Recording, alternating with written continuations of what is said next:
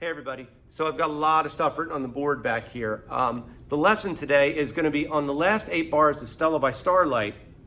So Will Stonier had asked me if I had some ideas about anything in Stella by Starlight, because he's working on that this month. That is his tune of the month.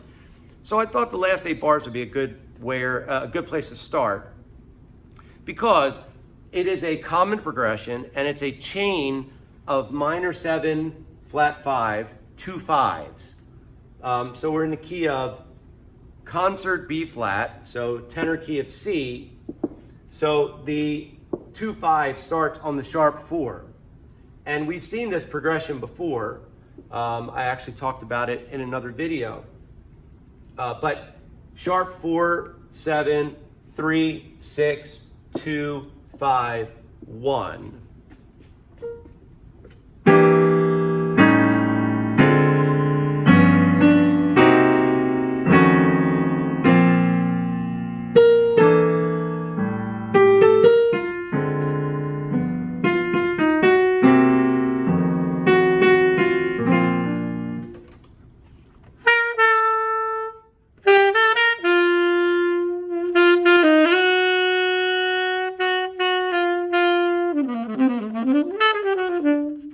Okay, so that progression, super common, but this is the end of Stella by Starlight. So I had talked before about being like really confused as to what do I do over minor 7, flat 5 chords. And I never really knew what to do other than just kind of like arpeggiate them and kind of guess, like hunt and peck harmonically to see what works. But then Larry showed me this great use of the jazz minor, Remember, that's Larry McKenna language for a melodic minor scale ascending. So here's a melodic minor scale ascending. I'll start it on, well, this would be G concert. For tenor, it would be A.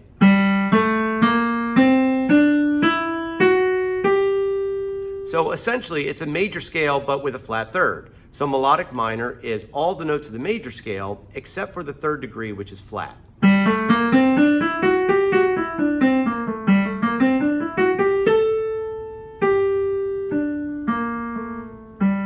So he had a formula and usages for these jazz minor, the melodic minor ascending. And there was a formula and a usage for a minor 7 flat 5 chord. So here's the minor 7 flat 5 chord, F sharp minor 7 flat 5. What do I do? Well, I can use an A jazz minor. Well, what's A in relationship to F sharp? It would be the minor 3rd. So whenever I have a minor 7, sorry, I wrote something wrong up here. Minor 7 flat 5 chord, any kind of minor 7 flat 5 chord, I go to the minor 3rd and use that jazz minor. So you'll see here, F sharp minor 7 flat 5, the 3rd of F sharp is A. So I can use that jazz minor scale. I'll get to the dominants in a second. E minor 7 flat 5, I go to the 3rd, I use that jazz minor. D minor 7 flat 5, I go to the 3rd and I use the F jazz minor. So this is G minor, F minor. So that jazz minor is always going to be built off of the minor 3rd of the minor 7 flat 5 chord. A lot of theory. Now, what do I do over the dominant chords? Well, the dominant chords have flat 9s in them. Flat 9, sharp 9. This is going to mean that there's going to be some type of altered sound there. So what jazz minor do I do there? Well, Larry showed me that when I have a flat 9, when you have a flat 9 in a dominant chord, go up a half step from the root of the dominant chord and use that jazz minor. So here we go. The root is B, so up a half step from B, C. The root is A, up a half step from A, B flat. The root is G, up a half step from G, A flat. Now this is when you have the flat 9. And if you have a flat 9, you can have a sharp 9. That's just, you know, it's kind of interchangeable. So this is the way those scales would sound over the chord. There's my first chord there, and I'm playing in concert pitch on the keyboard. So this is E minor 7 flat 5, but for tenor, F sharp minor 7 flat 5. Here's the E. Now here's the scale starting on G.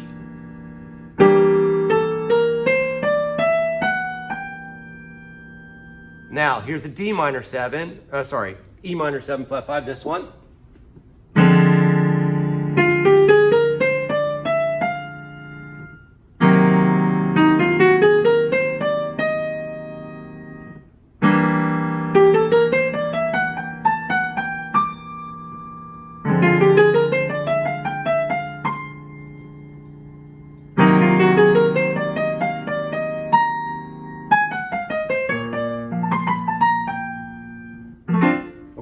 So, and I resolved here. So now, that's the jazz minor over the minor 7 flat 5, but now I can also add a jazz minor here. So if I have this, I have a next chord. Here's my B7.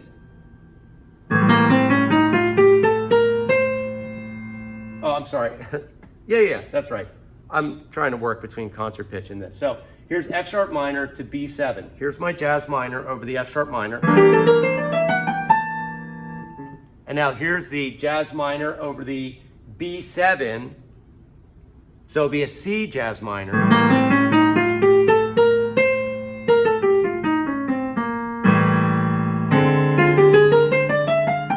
There's my E minor 7 flat 5 for tenor with my G jazz minor. Now here's the next one.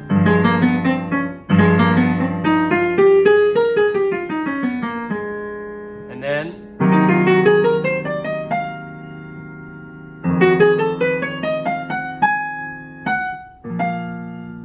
so these jazz minors work out great. Now, what if I used a specific pattern on each of these? I'll do this one. So that pattern, the numbers are based off of the jazz minor, the melodic minor ascending scale. So 9, 1, 5, flat 3, 2, 1. This is the Crimea River sound that Larry loved to teach. We used to joke, Larry McKenna. Anyway, that was a kind of like a joke that we would all do. This one, A, is the jazz minor scale. 9 is the same as 2. So what is the 2 of A? B. And then I just go down the arpeggio.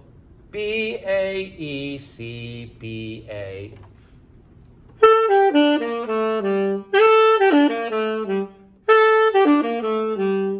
Now here it is, C jazz minor.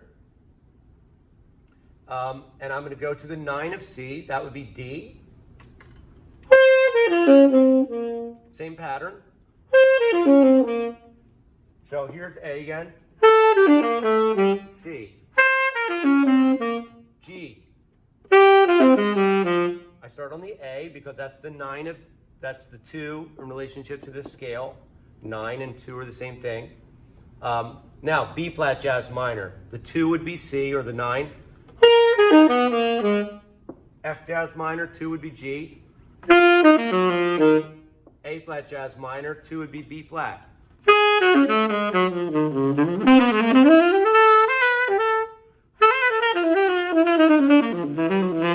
And then I resolve somewhere on C major, hopefully better than I just did. So this in time, here's the sound. If I just use that pattern on each one of these.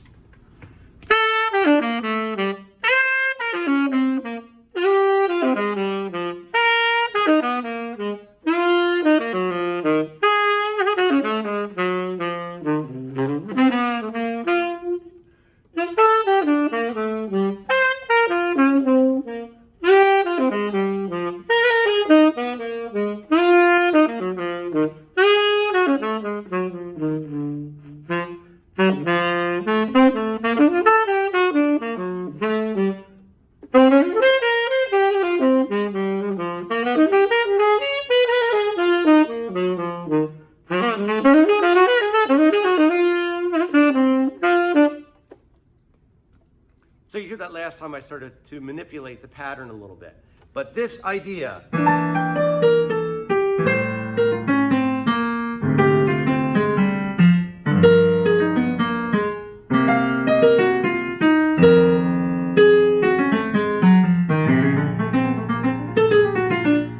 that idea is a huge idea and a sound.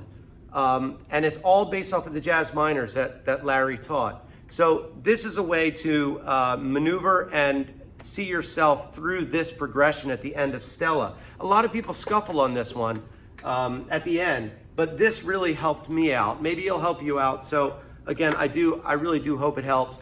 And Stella, I'll come back with some more ideas because again, this is a very rich tune, a great one to have in your repertoire. I'm really glad that Will is working on it, and I'm gonna actually revisit it. I haven't played Stella in a long time, but it is a great jazz standard. All right, hope it helps.